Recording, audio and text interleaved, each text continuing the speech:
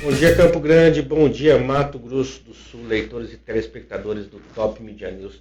Mais uma segunda-feira na cara a cara com o Esquinelo. Hoje aqui, começando mais uma campanha. Acabamos de sair de uma campanha, vamos em mais uma.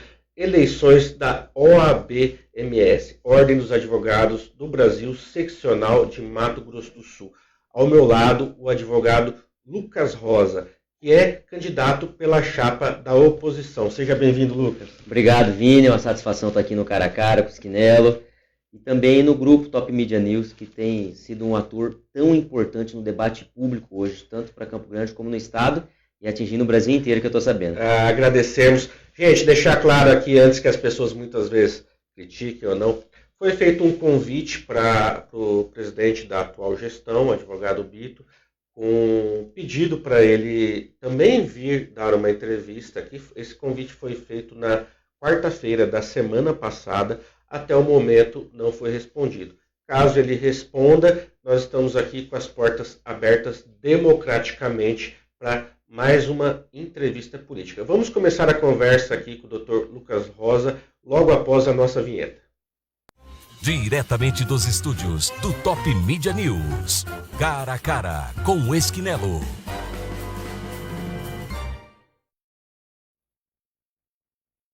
Doutor, novamente, bem-vindo. Direto aqui, assim, primeiro uma pergunta pessoal. De onde veio o anseio do advogado Lucas Rosa, 36 anos, se não me falha a memória, falar, vou concorrer a presidente da OAB-MS? Vini, uma necessidade, não foi um anseio.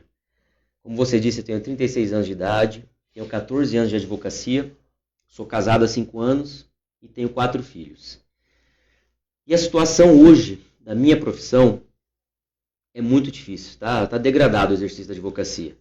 Eu te dizia a minha idade, porque se Deus quiser, eu vou advogar ainda por pelo menos mais 40 anos.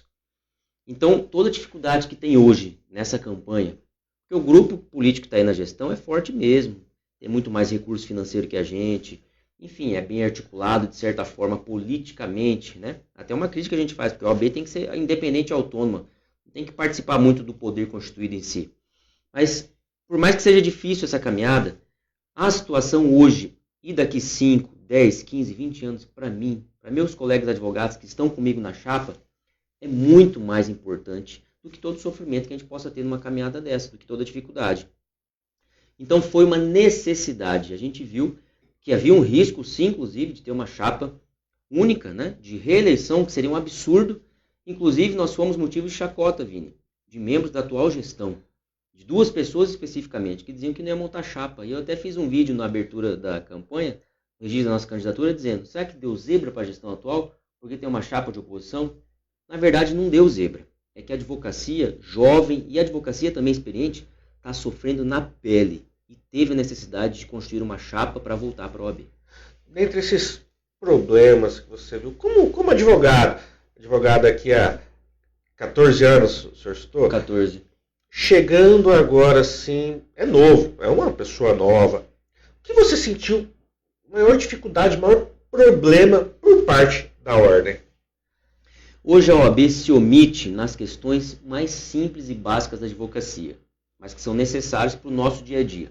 Eu tenho chamado isso de arroz com feijão. Vou dar 2 exemplos aqui. Primeiro, a CPE, Central de Processamento Eletrônico. Todo juiz tem ao lado do seu gabinete, da sua sala, um cartório que pratica atos para implementar, para concretizar as decisões que ele, juiz, profere. Hoje o Tribunal de Justiça implementou um projeto chamado CPE, que é um cartório único, é uma central, que atende o Estado inteiro. esse serviço não tem dado certo. Pelo contrário, está muito ruim. Inclusive, a própria magistratura de primeiro grau, em Campo Grande, no interior, certamente é a mesma coisa, tem reclamado e dito que está sofrendo, a judicatura está sofrendo com a CPE. Por quê, Vini? Alguns exemplos. Nós temos ações de alimentos de companheiros que estão na chapa e de colegas que temos visitado, cujo mandado de citação, aquela comunicação inicial para o réu, há 4 meses aguardando expedição, isso não acontece. Nós temos sentenças, decisões do interior, aguardando também 4 meses para ser publicada. Isso é uma loucura e não faz sentido. Ao passo em que tem toda essa demora, a CPE não tem um telefone para você ligar. Ouvidoria. Não tem.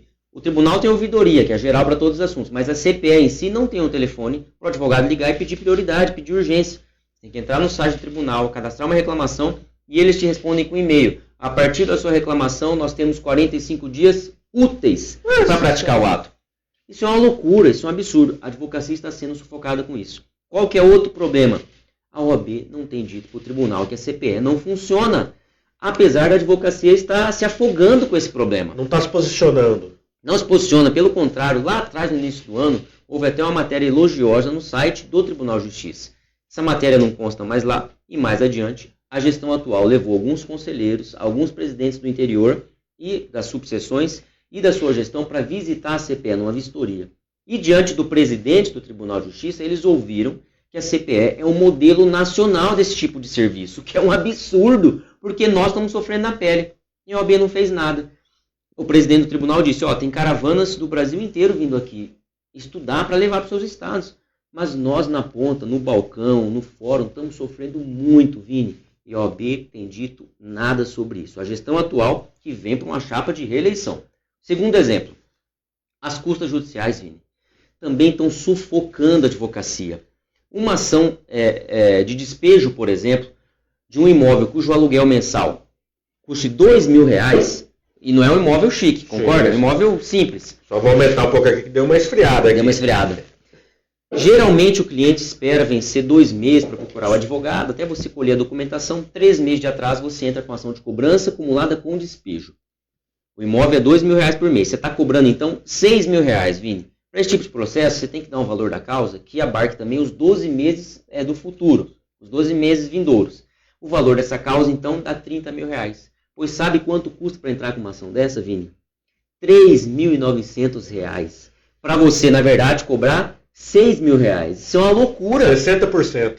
É uma loucura. Esse sistema não funciona. O que acontece? O cliente, na juíza de despejo, chama lá o seu João, o seu José para tirar a força o inquilino e cobrar de uma maneira aí que não é muito correta, né? Aliás, é totalmente errada. E você tem um problema social de um lado e do outro um advogado que deixou de ajuizar a ação. Vini, eu ouvi testemunho de muitos colegas dizendo que seus colegas amigos de sala de aula de faculdade, com 6, 8, 1 ano de advocacia, estão desistindo, indo empreender no mercado, com diversas atividades, inclusive Uber, porque não consegue ajuizar a ação. Ou se você foge de uma custas altíssimas no fórum, você vai para o juizado. Aí vem aquelas sentenças de reparação moral de R$1.200, R$1.500, que é um absurdo também. Aí você vai recorrer, guia de custo para recorrer no juizado é R$5.000, R$6.000, R$7.000. Não faz sentido. Mas qual que é o grande problema disso tudo? A OAB não está reclamando disso para o Tribunal de Justiça. Isso que é um absurdo. Mais um último exemplo aqui para ficar no terceiro e encerrar. Advocacia criminal. Você consegue a soltura do seu cliente, consegue um alvará. Ponto. A decisão judicial saiu. Aí essa comunicação vai para a central também de mandados agora, para eles fazerem um checklist, para ver se o seu cliente não está preso por algum outro motivo. Depois do checklist da central de mandados, vai para o checklist do presídio, para a penitenciária onde seu cliente está lá recluso. Pois isso demora muito. E o que acontece? Passou das 6 horas da tarde ou das 5, a depender do presídio, mesmo que chegue o oficial de justiça com o mandado, eles não soltam mais o seu cliente. Está ali o mandado. O cara fica mal mandado. Agora eles já estão recolhidos aqui no período noturno, eu não posso tirar ele da convivência dos outros internos. Aí porque é risco de segurança para os agentes penitenciários. Ok, mas tem solução simples que não custa dinheiro. Qual? O presídio e a central de mandados sabe que uma pessoa teve um alvará de soltura, já separa ela para uma sala de segurança, uma outra cela, separada dos outros colegas internos dele. E quando o mandado chegar meia-noite, 8 horas da noite, 1 da manhã, 2 da manhã, não interessa o horário, é direito à liberdade, é o direito mais importante e sagrado que existe depois do direito à vida. Tira ele a hora que chegar o mandado. Só que a OAB não está mais olhando para essas coisas. Eu, na minha opinião, enxergo que isso é porque eles estão há muito tempo no poder. Descolaram da realidade, descolaram das dores da advocacia. A gestão atual, Vini, está mais preocupada em saber se vai haver vaga de desembargador pelo 5º Constitucional, se vai ter uma lista sextupla e quem vai se inscrever nessa lista sextupla, se o Tribunal de Justiça vai mandar um projeto de lei para a Assembleia para aumentar a quantidade de cargos de desembargador e, consequentemente, ter mais um desembargador pela advocacia, se vai ter corrida da OAB, festa junina da OAB, se vai entregar uma comenda lá no plenário da OAB para um monte de advogado, que isso tudo aí tem o seu valor, mas não é o mais importante. Eu, sinceramente, não estou nem aí quem é o próximo desembargador pelo 5º Constitucional. O que me importa e está me sufocando, eu estou falando de mim mesmo, não é figura de linguagem. O que importa para mim na minha advocacia é essa CPE que não está funcionando e essas custas judiciais estão muito altas, Vini. Essa é a nossa caminhada. A OAB, uma delas, um dos pilares, eu já vou falar de outros. A OAB voltar a olhar para o que é simples, não é tão exuberante, tão elegante, mas é o arroz com feijão que sustenta e mantém a gente vivo. Um resumo disso que o senhor me falou, a gente pode dizer então que hoje, segundo o senhor, a OAB está muito mais preocupada com os meandros políticos do que com a vida do advogado? É isso. A OAB, de alguma forma, está muito próxima do poder constituído. Eu digo assim que ela está venerando o poder. Isso é perigoso. Algumas pessoas, inclusive ali dentro, estão tentando utilizá-la para fazer parte do próprio poder.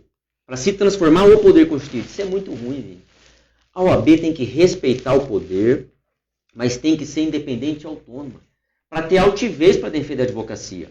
Que é outro exemplo, Conselho Federal da OAB. O presidente atual escuta o ministro Alexandre de Moraes volta e meia tirar sarro, literalmente, dizendo, quando viola a prerrogativa de advogado, será que a OAB vai me mandar mais uma notinha de repúdio? E não age concretamente a ordem dos advogados. Por quê? Parece que estão mais preocupados em ajustar algum interesse pessoal que não é ilícito, mas que não é importante para a advocacia, para 99,999% da advocacia. Quais interesses? Qual advogado vai integrar a lista sexta para ministro do Superior Tribunal de Justiça? Qual advogado vai representar a OAB no CNJ? Qual advogado vai para o Conselho Nacional do Ministério Público? Tudo isso, volto a repetir, tem o seu valor. Mas não é o que toca a advocacia. O que toca a advocacia, de verdade, é saber que o presidente do Conselho Federal da OAB, que tem que ser eleito por votação direta, essa eleição direta é vergonhosa, que esse presidente vai para as cabeças com o ministro do Supremo, com o ministro do STJ, ou com qualquer autoridade que desrespeite a advocacia. Isso não está acontecendo hoje. Por quê? Porque, de alguma forma, quem está liderando na OAB não quer desgastar a sua relação pessoal com as autoridades. O advogado que está liderando, às vezes, não quer que o desembargador fique chateado, ou que o ministro do Supremo fique chateado com ele. Mas, Vini, vamos ser francos. Quem tem esse receio não pode pôr o seu nome à disposição da advocacia para tentar liderá-la. Não pode. Porque um dos riscos, ou um dos ônus que você assume quando quer liderar, é de começar a conversar um assunto importante para a advocacia, com uma autoridade, de maneira tranquila, pacífica, calma e respeitosa, e mais adiante, se essa autoridade não evoluir, e se isso for necessário para a sobrevivência da advocacia, você tem que ir para as cabeças mesmo. É um risco. E quem não tem condição de assumir esse risco, não engane a advocacia colocando seu nome à disposição. Porque lá na frente ele vai estar mais preocupado. Será que o memorial vai ser bem recebido? Será que minha sustentação oral vai ser bem assistida? E não é assim que funcionam as coisas. Do ponto de vista, vamos falar aqui da advocacia profunda, por assim dizer, do cara que está no chão, que está ali liberando um cliente da cadeia, tudo. Com essas custas, com toda essa situação, fala da prática, o cara está ganhando menos? Vini, são dados concretos já catalogados hoje. Existe uma pesquisa da Fundação Getúlio Vargas, contratada e paga pelo Conselho Federal da OAB, que é escondida da advocacia, tanto o Conselho Federal da OAB como da gestão atual. Ninguém conhece essa pesquisa, ela foi publicada em fevereiro. 22% da advocacia sul-mato-grossense do nosso estado tem renda vinda da advocacia limitada a 2 salários mínimos. 2 salários mínimos. 3 mil reais aproximadamente. É isso. Ao passo que 74% da advocacia do nosso estado é autônoma. Então, 22% desses 74% só tem isso de renda. Porque não é salário essa renda base dele. É o que ele está tirando com a unha dele. Então, está recebendo menos. Quer outro exemplo disso? 40% de inadimplência aqui em Mato Grosso do Sul. Nós obtivemos porque impetramos um mandado de segurança. A Comissão Eleitoral nos negou a lista de aptos a votarem. É um direito de quem está correndo. Mesmo assim, ela negou, sendo que na eleição passada ela tinha negado, nós recorremos ao Conselho Federal e o Conselho Federal deu esse direito, garantiu. Este ano negou de novo. Sabe por quê, talvez? Porque quem nomeou a comissão eleitoral hoje, 100% dos membros, é o presidente atual da OAB, que é candidato à reeleição. Historicamente, Vini, quem nomeava a comissão eleitoral era mesmo o presidente, mas tanto ele não vinha para a reeleição, como ele convidava as chapas adversárias para indicarem membros da comissão eleitoral. Era formada de maneira paritária. Hoje não existe, é só gente da gestão, a gestão que vem para a reeleição. Pois bem, negaram acesso a essa lista de aptos. Nós impetramos o mandado de segurança, conseguimos eliminar, tivemos acesso à lista e fomos surpreendidos com esse número. 40% dos colegas advogados em Mato Grosso do Sul estão inadimplentes com a sua anuidade. E a OAB não está olhando para isso, Vini. Isso é um dado da realidade. Por qual motivo está acontecendo? Eles não estão olhando para essa ferida que está aberta. Será que é só falta de capacidade de custear a anuidade? Será que não é, em alguns casos, até desprezo do nosso colega advogado pela nossa instituição?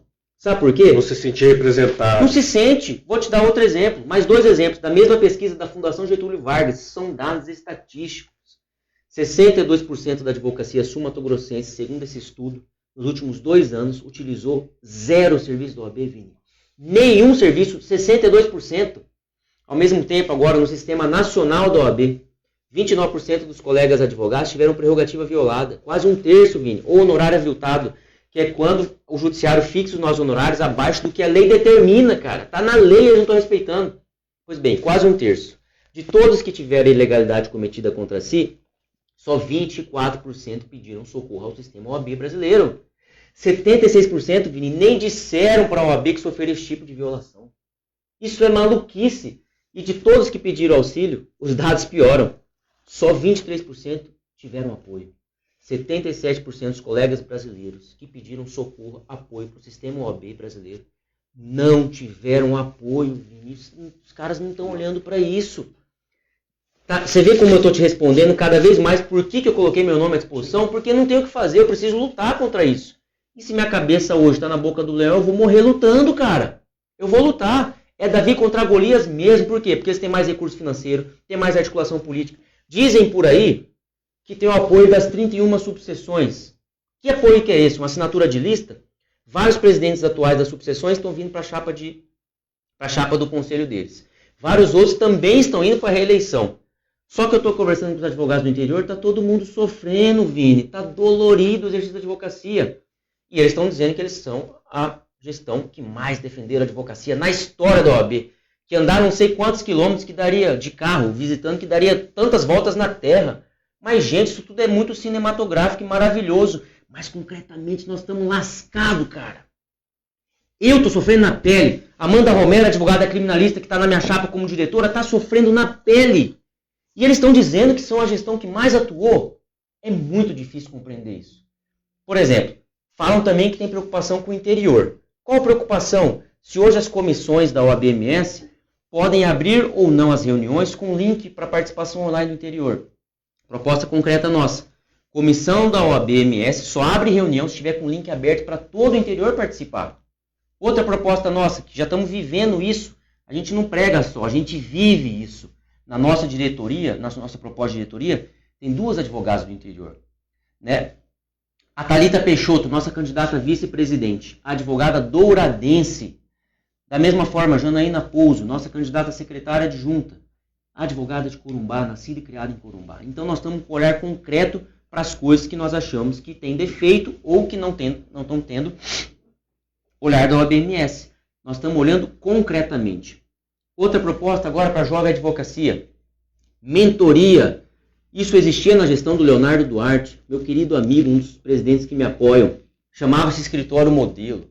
Eu fui contratado ou estou sendo buscado para ser contratado por alguém numa área do direito que eu não conheço. Eu teria à disposição na OAB um ex-presidente, um advogado renomado, alguém que entende daquela área, para fazer o atendimento inicial comigo do cliente, para colher documentação, para ajuizar a ação, ou isso da parte da defesa, acompanhar a instrução processual, fazer audiência comigo, participar da manifestação sobre perícia, fazer recurso contra a sentença ou contra razões, enfim, até o final do processo. Mentoria, obviamente, sem que o advogado tenha que pagar 1 centavo por isso, porque já tem anuidade.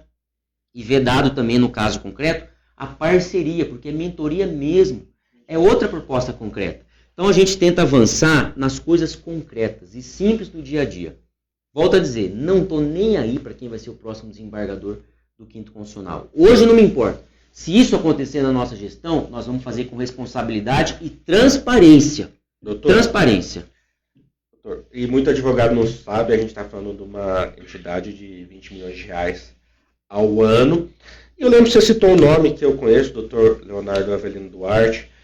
Existia até um costume, eu diria, que os presidentes não iam para a reeleição. Isso é histórico. O próprio Leonardo, eu lembro que o grupo político, a Helenir, foram para cima dele, ele tinha uma aprovação altíssima, vamos para a reeleição, você ganha fácil, tal.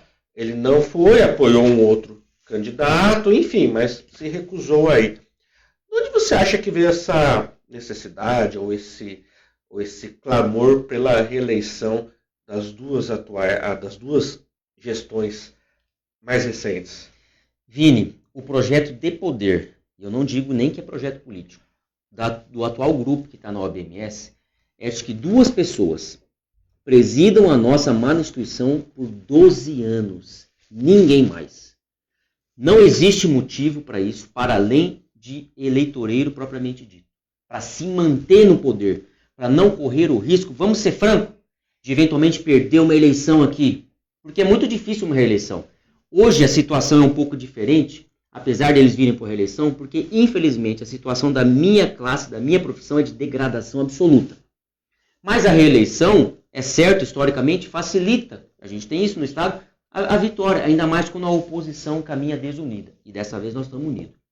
Esse é o projeto deles. Bem, na própria gestão, tem gente trabalhando feito doido, carregando o piano, sendo leal aos seus companheiros, como nas comissões, como os próprios diretores atuais da OAB-MS.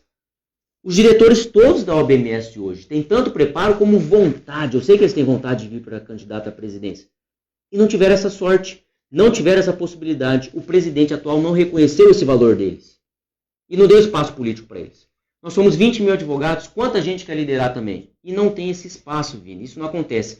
Historicamente, a OAB é um celeiro de formação de lideranças políticas, para a política, para o Brasil, para cargos públicos, para iniciativa privada, para tudo.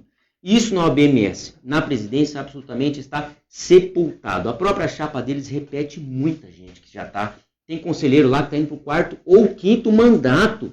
Isso é uma loucura, Vini, não faz sentido. E sabe o que é mais difícil?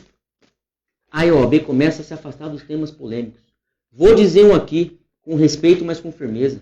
Nos últimos dias nós tivemos uma operação de busca e apreensão e afastamento de várias autoridades aqui em Campo Grande, no Tribunal de Justiça. Uma investigação, Superior Tribunal de Justiça, com a ajuda da Polícia Federal e da Receita Federal.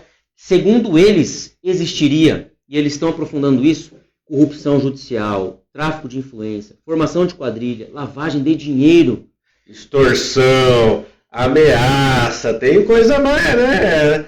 Pesada, muito pesada. E Vini, do ponto de vista individual das pessoas que foram objeto de busca e apreensão, que estão sendo investigadas, tanto eu, como a Amanda Romero, aqui, minha amiga advogada, que está na chapa comigo, como todos da nossa chapa, como a advocacia do Estado inteiro, vai morrer defendendo o direito deles usufruírem do devido processo legal, do contraditório, da ampla defesa. Inclusive, porque é para isso que nós existimos, para garantir esses direitos constitucionais.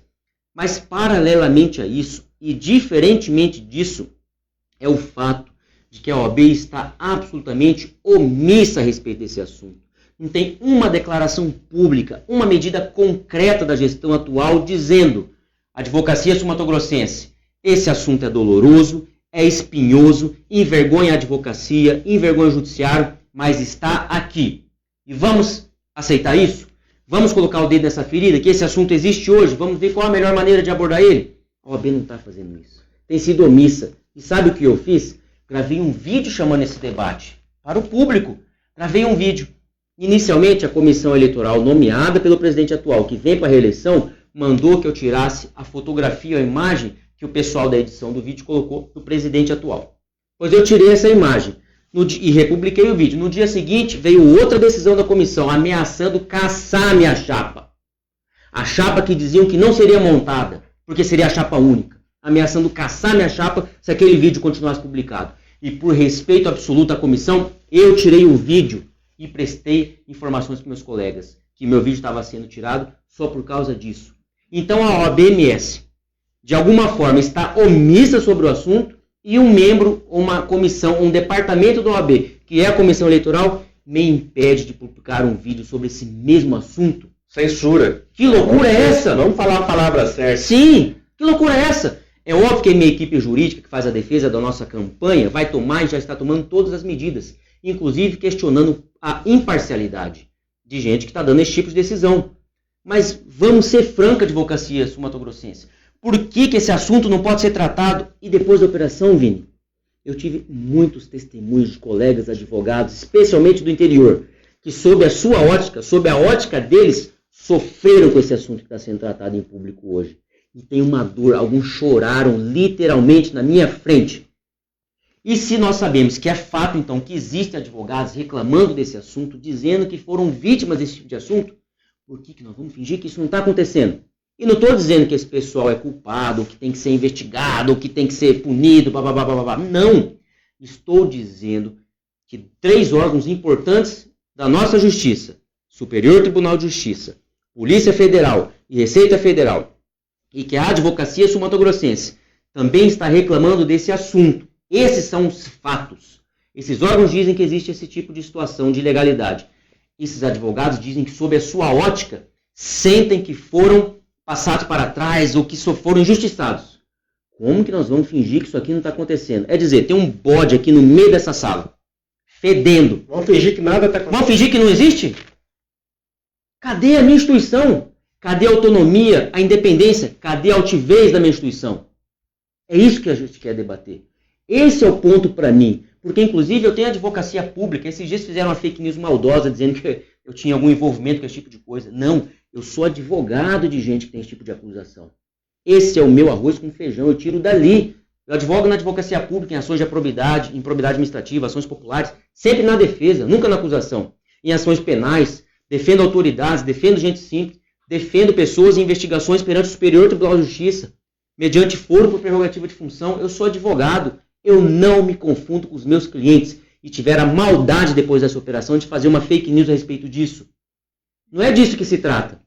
E é para isso que a gente precisa retomar a nossa instituição, amar a instituição, que hoje está jogada no chão e precisa ser resgatada. O principal deixar claro não é acusar, todo mundo tem direito de ampla defesa, acho que a base da advocacia é isso, é simplesmente abrir o debate, né, doutor? Como está sendo feito na imprensa, inclusive, na imprensa, não só aqui no Top Mídia, nas TVs, tudo, mas, segundo o senhor, não está sendo feito dentro da própria ordem, né? Não está ouvindo esses advogados, não está ouvindo, inclusive o senhor que defende, tudo, trazer os desembargadores afastados, inclusive tem 180 dias agora de direito à defesa e podem retornar daqui esses 180 dias normalmente, ninguém, não é porque acusou que é condenado, né, doutor? Doutor, agora a gente já está perto do nosso tempo, eu gostaria que o senhor fizesse seu jabá agora, pedisse depois dessa conversa, pedisse seu voto, para a gente fazer um corte depois também, olhasse para aquela câmera ali e falasse por que o advogado tem que votar no 11. Ó, o número que deu sorte nessa eleição agora, né? Sem querer. Por que o advogado de Mato Grosso do Sul, que está adimplente, que pode ir votar, tem que votar no Lucas? Farei isso. E só fazer o último registro, Vini. Inclusive porque várias dessas autoridades e colegas advogados que foram receber essa operação, eu tenho alguma convivência, porque sou advogado, estou no tribunal todo dia, e da outra parte sempre vai ter um colega advogado no outro lado do processo. Vários deles eu convivo há muito tempo e até admiro mesmo, e me entristece esse assunto. Só que se eu quero liderar, eu não posso me omitir, é o ônus. Enfim, colega advogado, essa nossa caminhada é dura e nós vamos até o fim. Eu estou acelerando todo dia e vou continuar. A nossa situação como advocacia hoje não é boa, todos nós sabemos disso. Eu falei aqui da CPE que não funciona bem, das custas judiciais que estão muito altas, do dia a dia como soltar um cliente que está preso, que tem uma burocracia insuperável muitas vezes, e são coisas que podem ser debatidas e discutidas sem virar a mesa do judiciário, é conversar numa boa. Obviamente, em último caso, se isso é necessário para a nossa profissão. E se alguma autoridade que tem atribuição no tema não nos olhar, mesmo a gente conversando, nós temos que ir para as cabeças. Mas isso não vai acontecer. É óbvio que toda autoridade, sabendo que nós somos necessários para a administração da justiça, vai ajustar o funcionamento dessa mesma justiça para melhor atender o advogado e a própria cidadania. Nós temos uma chapa de renovação. Estamos lutando contra o continuismo. A alternância de poder é salutar em qualquer instituição. Na nossa diretoria, na nossa chapa, eu sou o advogado mais velho, tanto de idade como de tempo de advocacia. Tenho 36 anos e 14 anos de advocacia. Nós temos a jovem advocacia que está sofrendo muito mais dessa dor do que advogados renomados e consolidados. E muito mais também que vários advogados que têm muito tempo de advocacia, que têm muita experiência, mas estão também sofrendo para prosperar por vários tipos de assunto. Inclusive, segundo a sua ótica, esse da última semana que foi essa operação. Nós precisamos avançar, temos um olhar prático, concreto para as dores da advocacia. Estamos com um olhar para o interior, na nossa chapa isso está comprovado, as nossas propostas também. Quer outra proposta concreta? Nós conseguimos 1.000 bolsas de pós-graduação para implementarmos dentro da gestão, se a gente vencer essa eleição, para toda a advocacia do Estado, pós-graduação que não existe mais hoje na OAB. Havia um grande nome na OAB, que não foi considerado na chapa atual, o professor Ricardo Pereira. Ele geriu a ESA com muito denodo, com muita capacidade. E havia 9 pós-graduações na ESA. Hoje não existe mais. Nós vamos lutar para voltar a trazer isso. E com bolsa, com 1.000 bolsas para toda a advocacia. Venha conosco. Vamos avançar. A nossa chapa tem uma retaguarda muito forte. 8 ex-presidentes. E vários nomes da advocacia que não exerceram função de presidência, mas representam muito para a gente. Como Raquel Magrini, Julie Eider, André Xavier, Otton Nasser, Décio Braga, Gervásio Oliveira, Vander Medeiros e vários outros nomes, André Borges, vários outros e muitos outros nomes, Zé Vanderlei, e vocês podem ver isso nas nossas propostas.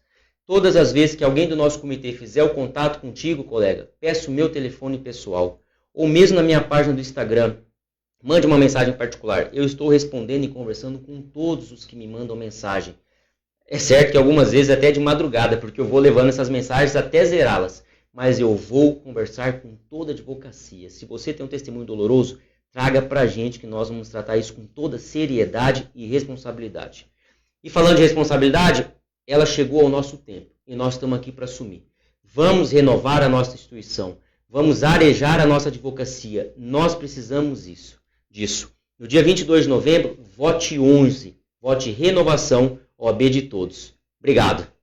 Doutor, agradeço muito a disponibilidade do senhor. As portas ficam abertas, assim como para a atual gestão, se quiser também o candidato vir aqui, estamos no aguardo. Muito obrigado. Obrigado, Vini. Até quarta-feira estaremos aqui com o vereador eleito Rafael Tavares. Nos vemos lá no Cara a Cara com Esquinela.